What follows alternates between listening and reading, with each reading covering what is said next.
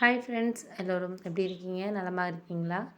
நலமாக இருக்கீங்க அப்படின்னு சொல்லிட்டு நம்புகிறேன். இன்றைக்கி ஒரு கதையோட தொடர்ச்சியை தான் நம்ம இன்றைக்கி பார்க்க போகிறோம். அதற்கு முன்னாடி நீங்கள் நமது சேனலில் வரக்கூடிய கதைகள் பிடிச்சிருந்துச்சுன்னா மறக்காமல் நமது சேனலை சப்ஸ்கிரைப் பண்ணுங்கள். சப்ஸ்கிரைப் பண்ணிட்டு பெல் பட்டனை கிளிக் பண்ணுங்கள். அப்போ தான் நான் டெய்லி போடக்கூடிய கதைகள் எல்லாமே உங்களுக்கு நோட்டிஃபிகேஷன்ஸில் வரும் அப்படின்னு சொல்லிட்டு உங்ககிட்ட சொல்லிக்கிறேன். வாங்க அந்த கதையோட தொடர்ச்சி பார்க்கலாம். சரோஜா வீட்டு வேலைக்கு போகாததுனால அவளுக்கு ஒரு மாதிரி 2-3 நாள் கொஞ்சம் டயர்டாக இருந்ததுனால வேலைக்கு ஒரு வாரம் வரைக்குமே சரோஜா போகலை. அதுக்காக அவங்க வீட்டில் வேலை பார்த்தவங்களும் அதெல்லாம் வேணாம்மா, நீ ஒரு வாரம், ஏன்னா ஃபீவருங்கிற வந்தால் இங்கே பிள்ளைங்கள்லாம் எங்கள் வீட்லேயும் இருக்குது, அதெல்லாம் பார்த்துட்டு உடம்ப பார்த்துட்டு வாமா அப்படின்னு சொல்லிட்டு அனுப்பிட்டாங்க. அந்த வீட்டில் மட்டும் அவங்க மாமியார் தான் எல்லா வேலையும் பார்க்குற மாதிரி ஒரு சூழல் வந்துச்சு. அதனால் அவங்களுக்கு ரொம்ப கால் கை ரொம்ப வலி வந்துருச்சு அப்படின்னு சொல்லலாம். அதுக்கப்புறம் ஒரு வாரத்துக்கு அப்புறம் சரோஜா வந்ததுக்கப்புறம் அவங்க எதுவுமே பேசலை, படுத்தே இருந்தாங்க.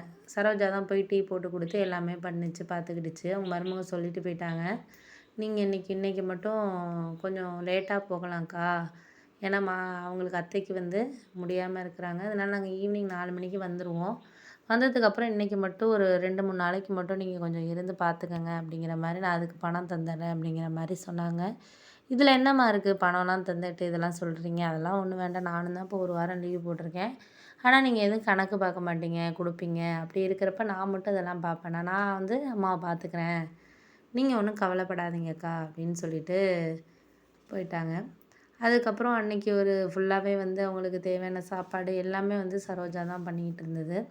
அதை பார்த்தோன்னே இவங்களுக்கே ஒரு மாதிரி மனசு இதாகிடுச்சு. நம்ம இந்த பொண்ணை எவ்வளோ ஒரு ரூ. 100 பணத்துக்கெல்லாம் நம்ம பேசியிருக்கோம், நம்ம மருமகிட்ட ஒரு ட்ரெஸ் எடுத்து கொடுக்குறதுக்கெல்லாம் எவ்வளோ பேசியிருக்கோம், இந்த பொண்ணு இப்போ என்ன சொல்லலாம், எனக்கு உடம்பு முடியலக்கா, என்னால் பார்த்துக்க முடியாது, நான் கிளம்புறக்கான்னு கூட சொல்லிட்டு போகலாம், இல்லைன்னா பேசுனு இவங்களுக்காக இவங்க நம்மளை திட்டுறவங்க தானே, இவங்கள என்னத்துக்கு நம்ம பார்த்துக்கணுன்னு இந்த பொண்ணு பாட்டுக்கு கிளம்பி போணுச்சுன்னா எதுவும் ஒன்றும் கிடையாது. அப்படி இருக்கிறப்போ இந்த பொண்ணு இந்த அளவுக்கு நம்மளை பார்த்துக்கணுங்கிற தேவைங்கிறது கிடையாது அப்படின்னு சொன்னோன்னே அவங்களாவே மனசுக்குள்ளே நினச்சிக்கிட்டு, என்னை மன்னிச்சிருமா அப்படின்னு சொல்லிட்டு சரோஜா கிட்டே பேசினாங்க.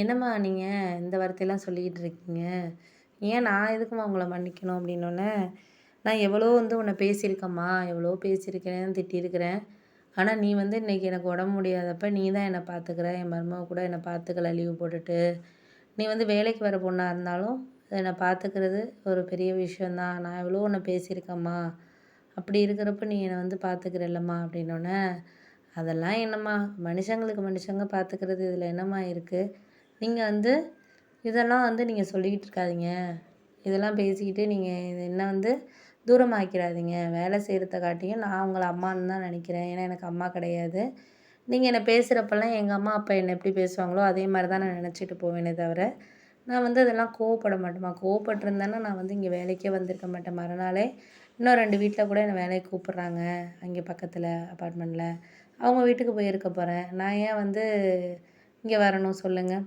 எனக்கு நீங்கள் பேசுகிறதெல்லாம் நினச்சி நான் அம்மா பேசுகிறாங்கன்னு நினச்சிக்கிட்டு தான் நான் போகிறதுமா அப்படின்னோடனே, சரி விடு, அதெல்லாம் எந்த ஒரு இதுலேயுமே நம்ம சூழல்லையுமே இது பண்ண முடியாது, சில விஷயங்களை கொஞ்சம் பொறுமையாக தான் நம்ம வாழ்க்கையில் இது பண்ணிக்கிட்டு போயிட்டுருக்கணும், அதனால் நான் எல்லாமே பொறுமையாக தாம்மா இது பண்ணுறேன், வீட்டு வேலை செய்கிறப்ப நம்ம கோவப்பட்டோன்னா நம்மளுக்கு கஷ்டமோ இல்லையோ அவங்களுக்கும் கஷ்டம்தான், ஏன்னா அவங்க ஒரு சம்பளம் கொடுக்குறாங்க, சுத்தமாக வேலை பார்க்கணும் அப்படின்னு சொல்லிட்டு எதிர்பார்ப்பாங்க, நம்மளும் அதே மாதிரி சுத்தமாக வேலை பார்த்தா தான் நாளைக்கு இன்னொரு இடத்துல நம்மளை கூப்பிடுவாங்க, பெருமையாக சொல்லுவாங்க அப்படின்னோடனே, சரின்னு சொல்லிவிட்டு இப்படியே ஒரு 2-3 நாள் சரோஜா பார்த்துக்கிட்டு இருந்தாங்க.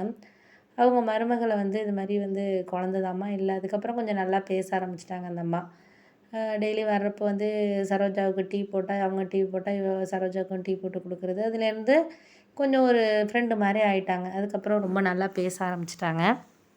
இதை பார்த்தோன்னே அவங்க மருமகளுக்கு ரொம்பவே சந்தோஷமாயிட்டு, ஏன்னா முன்னாடி சரோஜா பற்றி குறை சொல்லிக்கிட்டே இருப்பாங்க, இந்த பொண்ணு வேலைக்கு வர வேண்டாம், வேறு ஆளை மாற்றுமா அப்படி இப்படின்லாம் சொல்லிகிட்டு இருப்பாங்க, ஆனால் இன்றைக்கி பரவாயில்ல, ஃப்ரெண்டு அவரை நினச்சிட்டு பேச ஆரம்பிச்சிட்டாங்க அப்படின்னு சொல்லிட்டு அவங்க மருமகளுக்கு ரொம்பவே சந்தோஷமாக இருந்துச்சு.